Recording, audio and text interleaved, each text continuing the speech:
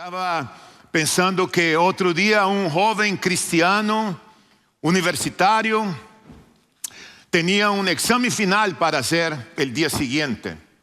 Entonces, en la noche anterior, él fue delante de Dios y dijo: Dios, tú conoces las matemáticas, tú conoces la geografía, tú conoces todo. De manera que mañana en mi examen yo espero que al hacer el examen tú traigas a mi memoria la respuesta que yo necesito. Él fue al examen, llegó allá, abrió el examen y ninguna respuesta venía. Ninguna respuesta venía. Llegó el domingo, fue a hablar con su pastor para preguntar lo que había pasado y por qué Dios no habló con él. El pastor dijo: claro que Dios habló contigo. No creo que habló conmigo, habló contigo. Te dijo: ponte a estudiar. Eso es lo que dijo Dios a ti. Muchas de las veces nosotros oramos oraciones que ni siquiera sabemos cómo hacerla y estamos esperando una respuesta y de pronto llega una respuesta que nosotros no esperábamos y decimos: eso no es de Dios. La oración del Padre Nuestro es un modelo de cómo nosotros podemos aprender a orar. La semana número 1 de nuestra serie estudiamos acerca de la palabra Padre. Padre Nuestro. Luego nosotros estuvimos hablando acerca Padre Nuestro que está en el cielo y nosotros analizamos esta frase la semana pasada: Padre Nuestro que estás en el cielo. En el día de hoy, venga tu reino y sea hecha tu voluntad. ¿Qué es el reino de Dios? ¿Qué quiso Jesús decir que debíamos orar? Venga tu reino y sea hecha tu voluntad. ¿Qué es hacer la voluntad de Dios? ¿Cómo hacemos la voluntad de Dios? ¿Cómo sabemos que estamos haciendo la voluntad de Dios? De eso vamos a hablar en esta mañana. De manera que te voy a pedir que abra tu Biblia en Mateo capítulo de número 6, versículo 9 al 13. Voy a leer, he leído en la versión Reina Valera de los 60. La semana pasada estuve leyendo en la Biblia de las Américas. Hoy voy a leer en una nueva versión, la Nueva Biblia Viva, que dice así: ustedes oren así: Padre nuestro que estás en los cielos, santificado sea tu nombre, venga tu reino y cúmplase en la tierra tu voluntad como se cumple en el cielo. Danos hoy los alimentos que necesitamos y perdona nuestros pecados, así como nosotros perdonamos a los que nos han hecho mal.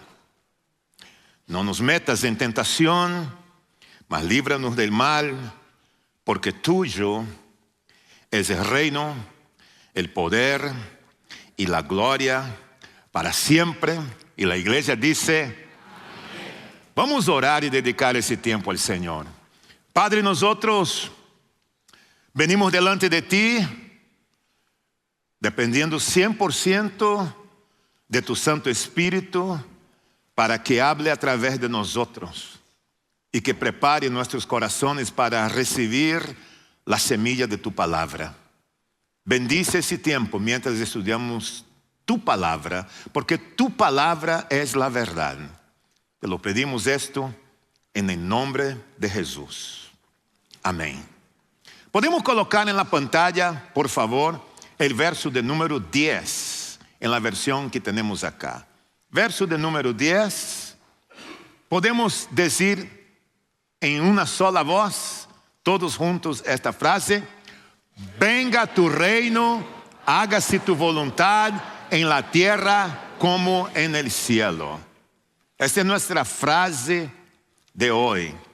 Y ese texto que acabamos de leer, Jesús está instruyéndonos a nosotros hoy día a orar por el plan de Dios para nuestras vidas y por el mundo, es decir, el reino de Dios. Ahora, ¿qué es el reino de Dios? Que tanto se habla acerca del reino de Dios. Muchas personas mencionan, hay muchos libros acerca del reino de Dios. El reino de Dios es el gobierno real, amoroso de Jesucristo sobre toda la creación. Pero el reino de Dios tiene tres aspectos interesantes. El reino de Dios es pasado, es presente y es futuro. Pasado, porque la Biblia dice que el reino de Dios ha llegado.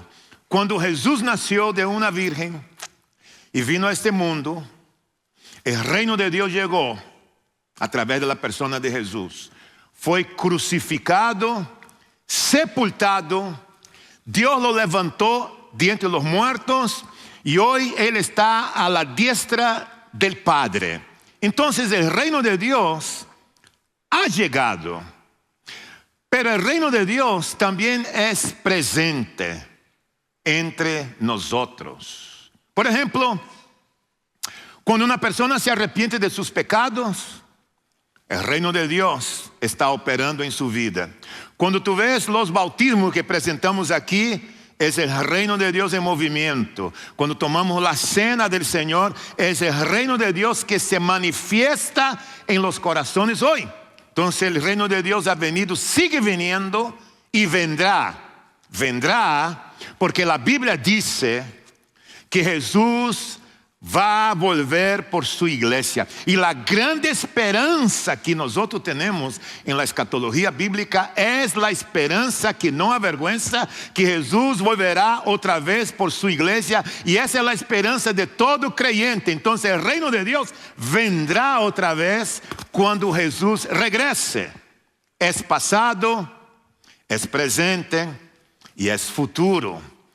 Pero tenemos que pensar en el reino de Dios operando hoy día en nuestras vidas, en nuestros corazones. Yo creo que eso es lo más increíble. Porque la Biblia dice que Dios es el dueño del oro y de la plata. Él es dueño de todo, como dice Ageo 2:8. Es más, el Salmo 24:1 prácticamente dice que cada centímetro cuadrado del planeta Tierra pertenece a Dios. Yo creo que de una forma más simple para entender el reino de Dios, podríamos decir que el reino de Dios se experimenta donde el rey está reinando. Podemos experimentar el reino de Dios donde el rey está reinando. Y aquí a nosotros nos cabe una pregunta. ¿Está reinando el rey en tu corazón? Él reina ahora mismo en tu corazón. Por ejemplo, la idea de las películas que muchos de nosotros hemos visto nos presenta una idea de un rey, un reinado. Como por ejemplo, una película muy conocida de todos nosotros. ¿Cuántos de ustedes han visto El Rey León? Hasta la mano. Es tu favorito. No tengas pena, yo también lo vi varias veces. No voy a hablar más del Rey León. Alza tu mano con confianza. El Rey León, en esa película, gracias, había un rey legítimo. A ver si tú te acuerdas el nombre del rey legítimo. ¿Quién era? Mufasa. Mufasa era el rey.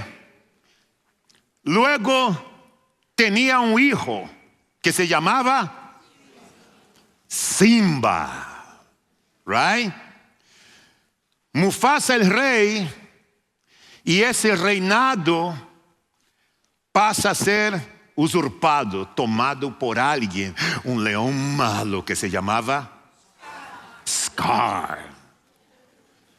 Luego Simba, debido a todo lo que pasa, Simba se va accidentalmente al exilio y desaparece de escena Simba. El rey muere y Scar asume el reinado. Cuando él asume ese reinado, por ser un rey malo, desastre total. No había abundancia, había muerte, había todo lo malo que podía haber en un reinado estaba bajo Scar. El tiempo pasa, Simba crece. Se siente un poco culpable y él decide regresar. Vuelve con su familia. Y tú lo vas a encontrar envuelto en una pelea con las hienas. ¿Sí o no? Yo no sé por qué las hienas se ríen. Hoy estuve investigando así, ¿por qué ella tiene ese sonido? No voy a hacer el sonido porque hay una hermana aquí. Yo hice el sonido en la mañana y ella sigue riéndose hasta ahora. Yo no voy a hacer eso otra vez, que no quiero complicar su vida. Pero ahí viene una guerra entre las hienas y los leones.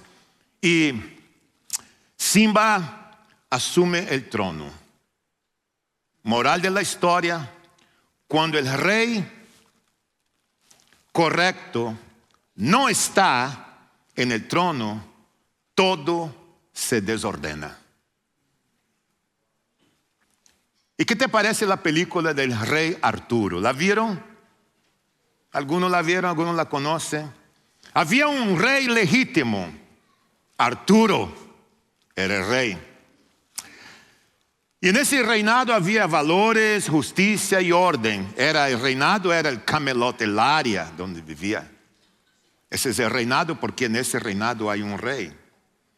Y había una comunidad alienada en los propósitos muy comunes. Mensaje de esa película: un buen rey produce un reino justo.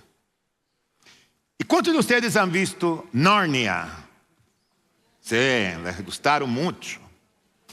Había un rey verdadero llamado Aslan. ¿Te acuerdas? Sí. Pero ese reinado estaba bajo una falsa autoridad conocida como Hardy, la bruja blanca o la bruja de hielo. ¿Te acuerdas? Se vestía de blanco y al mismo tiempo era una mujer muy mala. Tenía que haber un sacrificio para poder restaurar ese reino. Aslan toma el lugar de un inocente y muere. Pero la película dice que él resucita. Y al resucitar hubo restauración total en ese reinado. Moral de la historia de esta película: el sacrificio del rey trae libertad al reino. Ahora, cuando miramos esto y la conexión con el Evangelio, porque esas historias no solo entretienen, pero tienen un mensaje que refleja el Evangelio. Dios es el rey verdadero, el que reina.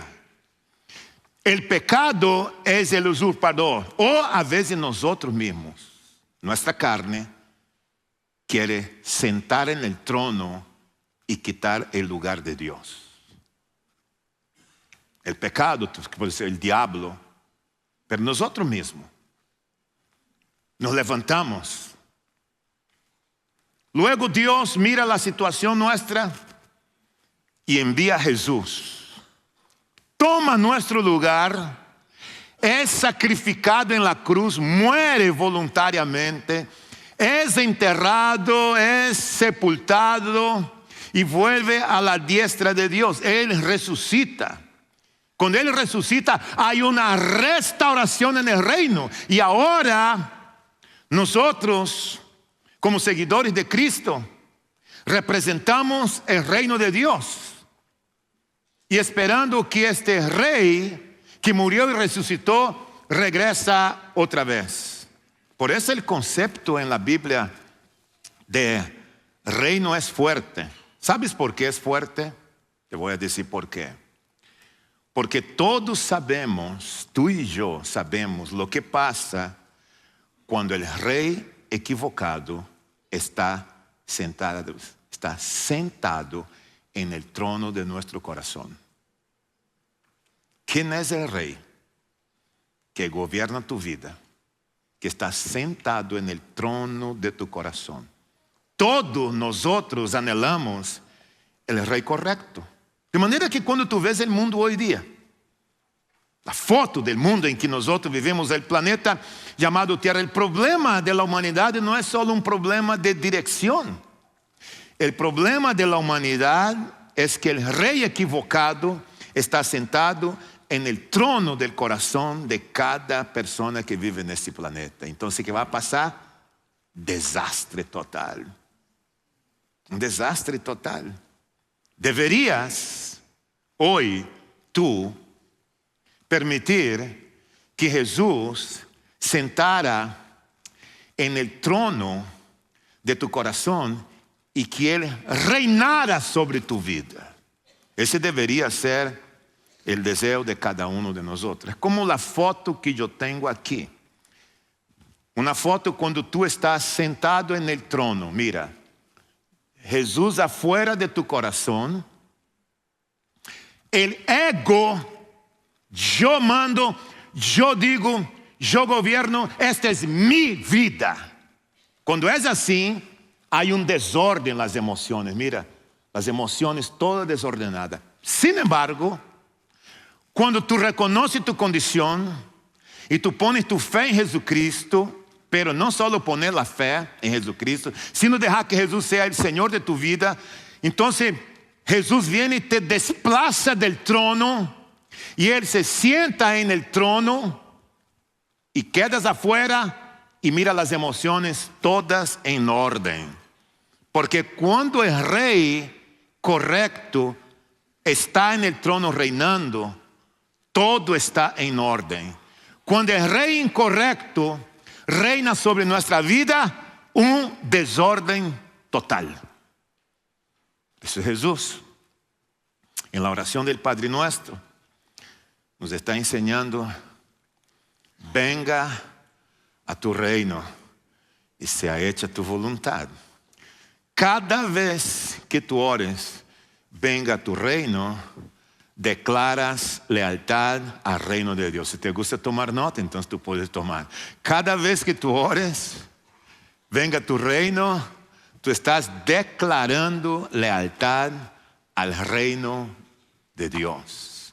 Como mujer cristiana, como hombre cristiano. Eso es el Evangelio. El Evangelio, ¿qué es el Evangelio? Que Jesús murió en la cruz por nuestros pecados, fue sepultado y Dios lo levantó de entre los muertos. Cuando tú oras, venga a tu reino, tú estás haciendo una declaración pública y una declaración personal de lealtad. No estás simplemente recitando palabras. Cuando tú dices, venga a tu reino, tú estás eligiendo de qué lado tú estás. Tú estás diciendo a quién pertenece. Imagínate tú que solo en el Nuevo Testamento la palabra reino aparece aproximadamente 162 veces. Y la gran mayoría en el Evangelio según San Mateo. Entonces, no es una palabra secundaria en la Biblia, es una palabra muy importante. Jesús nos está enseñando cómo debemos hacer, de qué forma debemos hacer. Es una declaración de lealtad. Piénsalo conmigo por un momento. Una vez que una persona se convierte, una vez que esa persona que se convierte se bautiza, empieza a tomar la cena del Señor, se une a la iglesia. ¿Qué es lo que ella está diciendo? Ella está haciendo una declaración diciendo: venga a tu reino. Porque esos son momentos donde la persona públicamente está declarando: yo pertenezco a este reino. Es el reino de Dios. Porque nosotros vivimos en un mundo de reinos en competencia. El reino del dinero, el reino de la posesión, el reino de la sexualidad, el reino de la filosofía humana. Pero cuando declaramos y cuando oramos, venga a tu reino, ninguno de estos reinos tiene lealtad suprema como tiene el reino de Dios. Y por eso somos leales a Él. Cuando tú estás orando, venga a tu reino, Estás alienando tu vida con el reino de Dios. Alineas tu vida con el reino de Dios. No solo haces una declaración, pero tú estás diciendo, yo quiero vivir como ciudadano del reino. Porque represento ese reino. Y lo representa a través de tu vida, de tu manera de vivir la vida cristiana. No solo a través de tu boca, pero a través de tu estilo de vida. Venga tu reino y sea hecha tu voluntad. En la teología cristiana, cuando hablamos de teología, qué palabra. No, la teología cristiana es sencillo. Ustedes saben que la palabra teología es una palabra compuesta de dos palabras. Theos, que es Dios en griego, y logos, que puede ser tratado o puede ser estudio. Entonces, cuando tú escuchas la palabra teología, es el estudio acerca de Dios. Y sí, hay varias ramas de la teología. Y cuando tú estudias la teología bíblica, tú estudias acerca de la voluntad revelada de Dios y la voluntad secreta de Dios. En la voluntad revelada de Dios son aquellas cosas que Dios ya reveló a nosotros. Los mandamientos de Dios. Un creyente no puede orar diciendo, Señor, pon en mi corazón el deseo de leer tu Biblia. No. Esta oración, si yo soy tú, ni siquiera abriera mi boca para hacer esta oración. Si tú orar así, Señor, ayúdame a no ser sin vergüenza y perezoso, es otra historia. Ahí sí es otra historia. Pero ayúdame a tener deseo de leer tu palabra. No.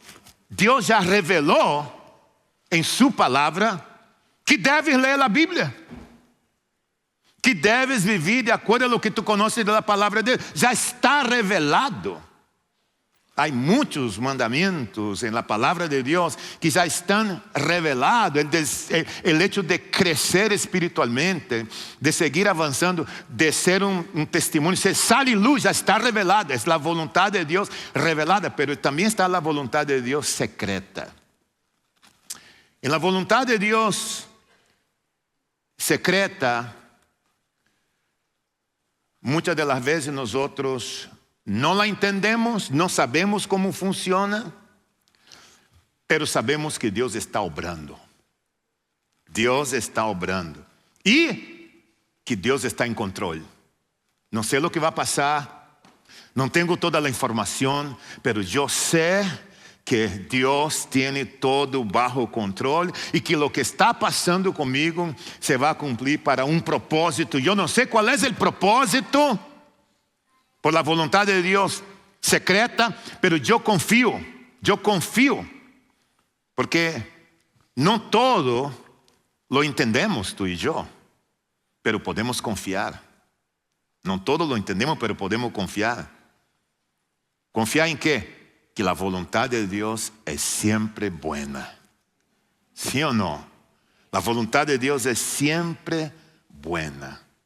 Por eso, cuando oramos, venga tu reino, hágase tu voluntad, no oramos eso porque entendemos todo, sino porque confiamos en quien está en control. ¿En quién está en control?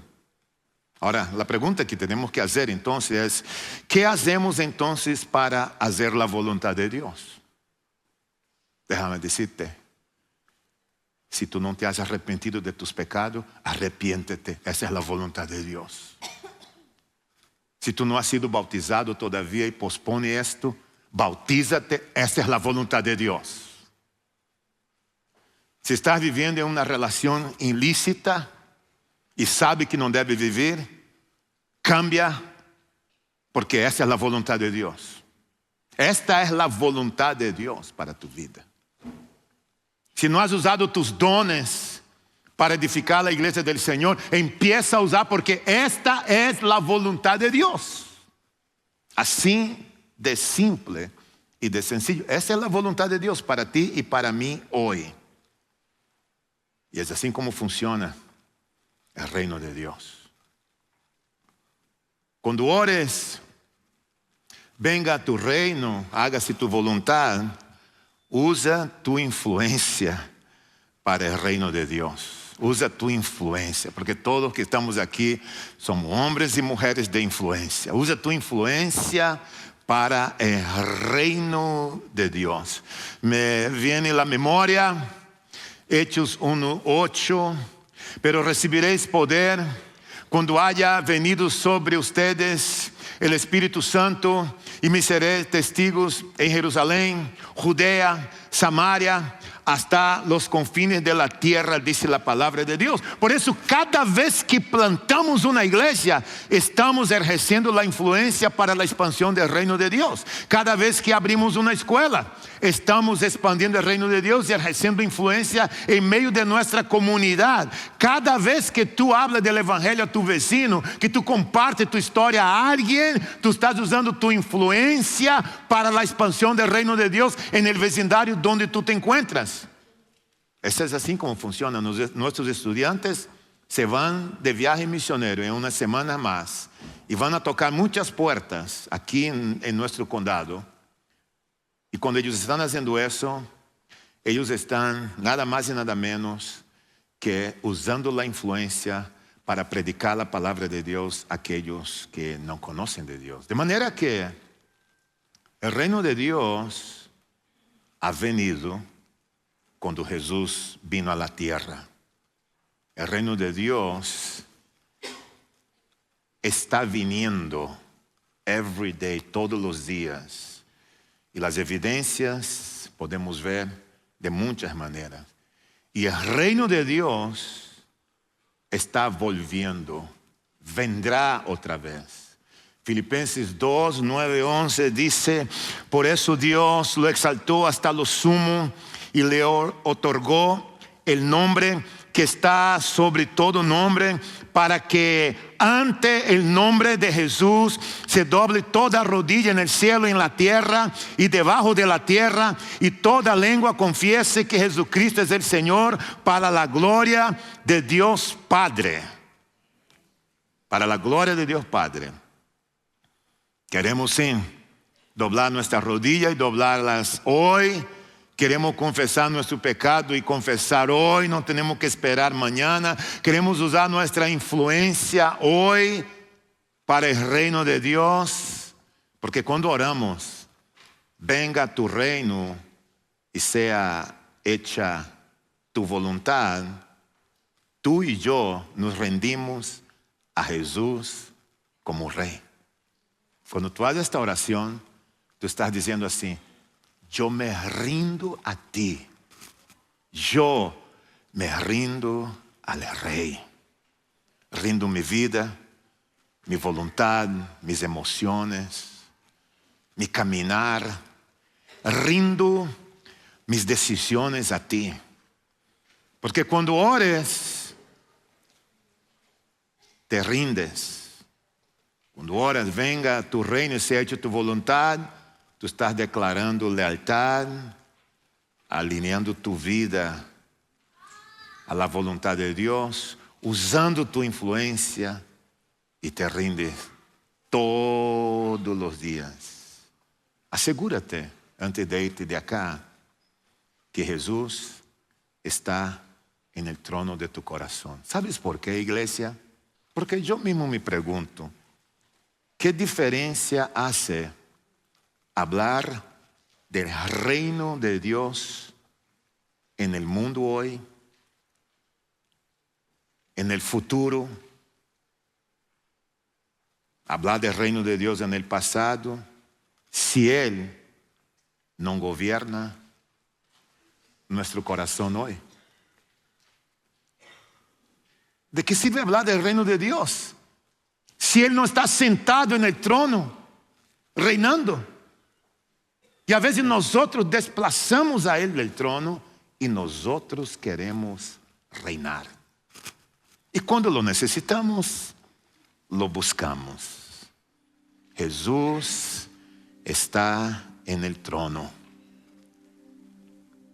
Cuando Jesús no está en el trono, todo se desmorona.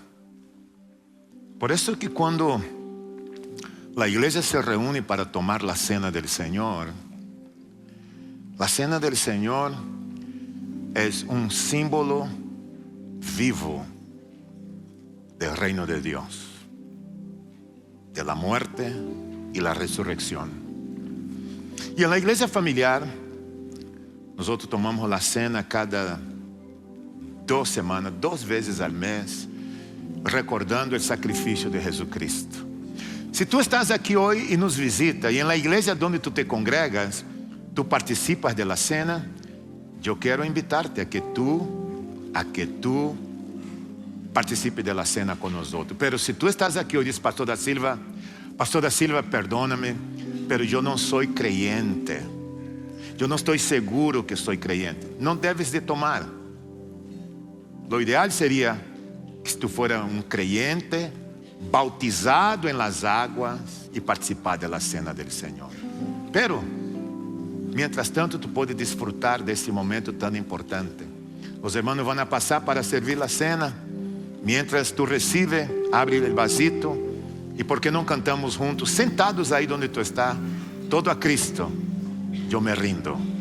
Todo a Cristo, yo me rindo, con el fin de serle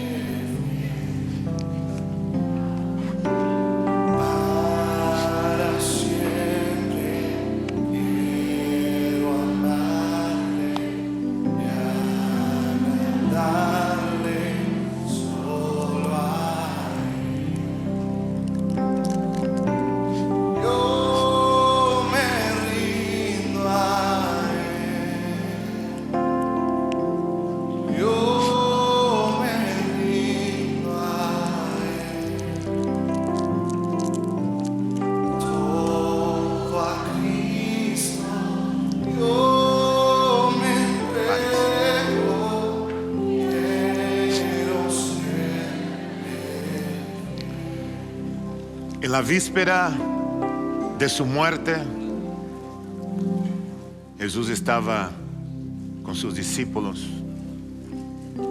sentado, y Él tomó un pan y partió, y Él literalmente entregó a los discípulos.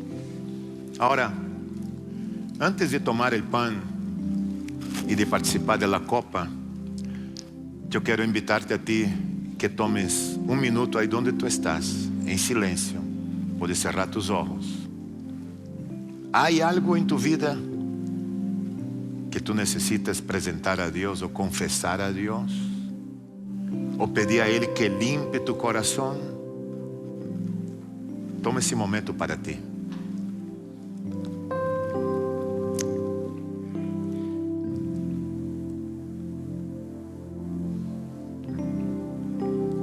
Tú conoces, Dios, lo que hay en lo más profundo de nuestro corazón. Porque no hay nada que podemos esconder de ti. Vivifica nuestras vidas. Límpianos. Perdónanos. Te pedimos que tú vengas y te sientes en el trono de nuestra vida. Desplaza el yo, el ego, y toma control